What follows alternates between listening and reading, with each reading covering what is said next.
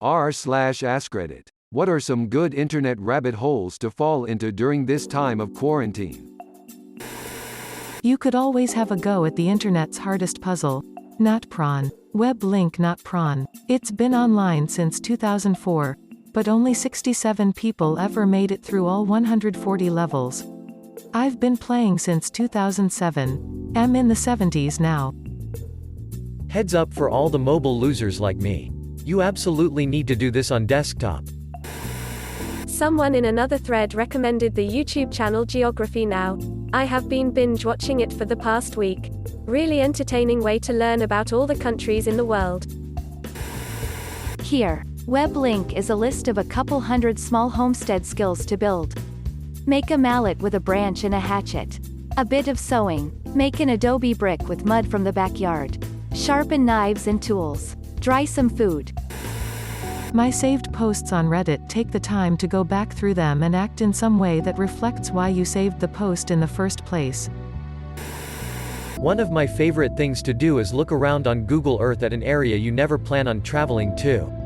Zoom way in, and learn about the small villages, communities, cities that live on completely different continents or tiny islands in the middle of nowhere. It's seriously insane how humans are willing to live anywhere. I've been down a rabbit hole to make sourdough bread. I'm fascinated now. I didn't realize how the process works. I saw some lady who's been using the same starter since the 1970s, and she got hers from a woman who used hers for the last 100 years. Edit. Heck, this thing really blew up. People are asking for links. As I am sure there are thousands. This web link was what a friend shared with me that started me into this now black hole. Seems like a good lad making bread. The Boyle Clan Motherdo. I still cherish the starter my first girlfriend gave me. That romance is dead, but the starter may never die but rises again. Stronger and harder.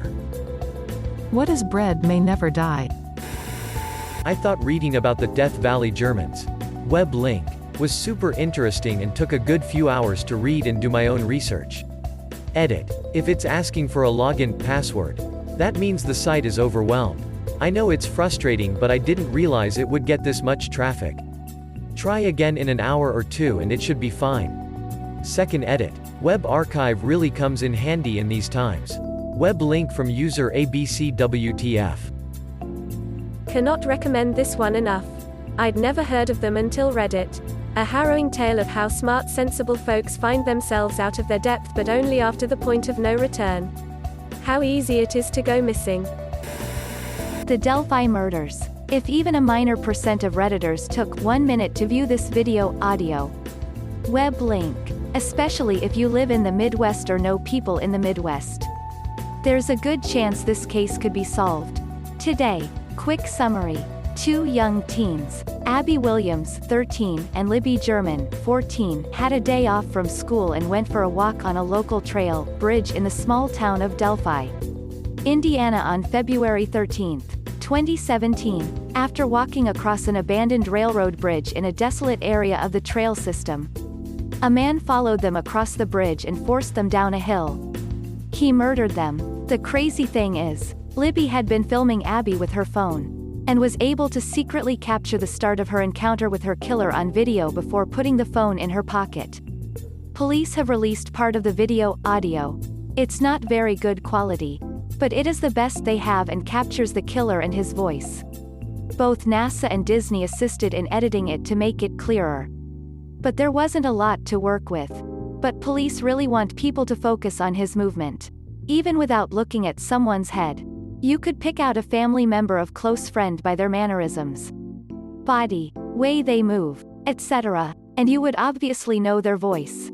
There are a lot of ridiculous conspiracy theories out there that police have debunked. So don't fall down that hole. Stick to what the FBI, state police have released. The killer is a white male between 18 to 40. They believe he lives locally in the area, previously lived in the area, or has family there. This isn't just a place you stumble upon. Witnesses who passed him on the trail prior said he had reddish-brown hair. And, likely between 5 feet 6 inches and 5 feet 8 inches. They were not catfished or speaking to anyone online about a meeting. In other words, This was a horrific stranger encounter. They weren't lured or anything. 2 sketches were released that both look quite different. Police now say the suspect most likely looks like a combination of the 2 sketches. But again, I think the most important thing is to watch the actual video. 2 of the witnesses that helped with the original sketch said they were unhappy with parts of the first sketch. And don't believe the second sketch looks anything like the man they saw. The witnesses said they were unable to provide an accurate description on the lower half of the man's face, since he had a white scarf wrapped around his lower mouth-chin area. There are multiple people out there who know this man. They grew up with him. Maybe work with him. Maybe he's their brother-in-law. But there's a good chance they just haven't seen the video yet. The more people who see the video, the higher chance this bastard will be recognized. I always encourage people to watch it and share it so someone else sees it. The families of these girls are desperate for answers. If you have a tip, you can remain 100% anonymous and email it in. There's also a $250K reward. Link to Indiana State Police page that has all the info, audio, video files and how to send in a tip. Web link. Edit. If you're looking for a new podcast to listen to during quarantine, there are 2 that I thought were very well done on this. Family and Law Enforcement gave a lot of interviews on both. One is called Scene of the Crime Delphi.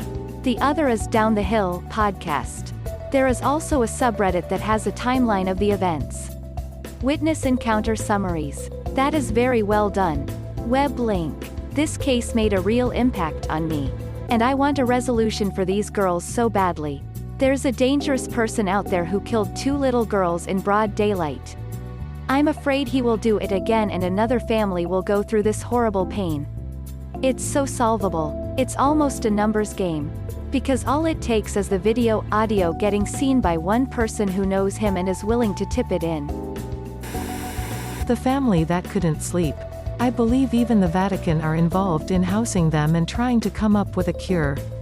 Web link. For 200 years a noble Venetian family has suffered from an inherited disease that strikes their members in middle age, stealing their sleep, eating holes in their brains, and ending their lives in a matter of months.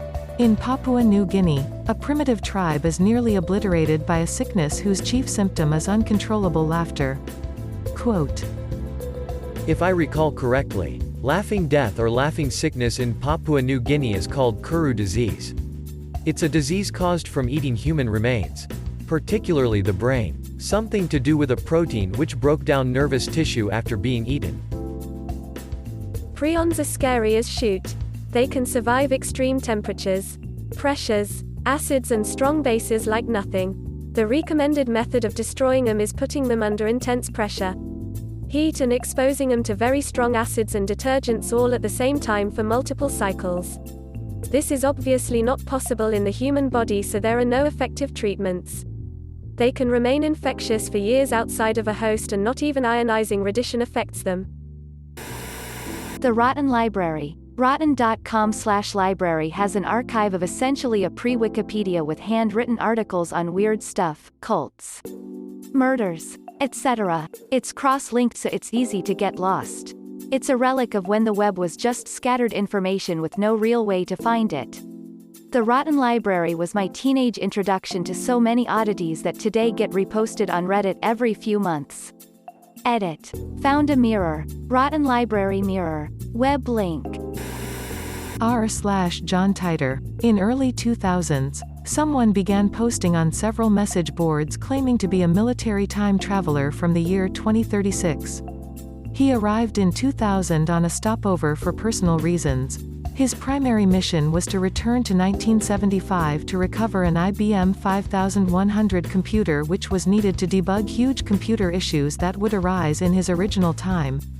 Some have disregarded this as an elaborate hoax. The rub is, there is an anticipated Y2K-style computer frying event. Look up Unix 2038 problem. And only like 5 people in the world knew the IBM 5100 debugging programming existed, which was later confirmed to be true by someone involved with the project. His stories contained predictions from his timeline, time travel theory, physics of his machine, and even schematics of the time travel device. All his posts are archived. Enjoy your trip down the rabbit hole. weblinkedx.org for college-level courses on almost any topic you can think of. Edit. Since a few people have asked. Yes, the courses are free. But if you want it certified that you took the course, then you have to pay. Otherwise, the material itself is free. That's all, folks. Thanks for watching. If you enjoyed the video, please help the channel by smashing the like button and subscribing for more daily content.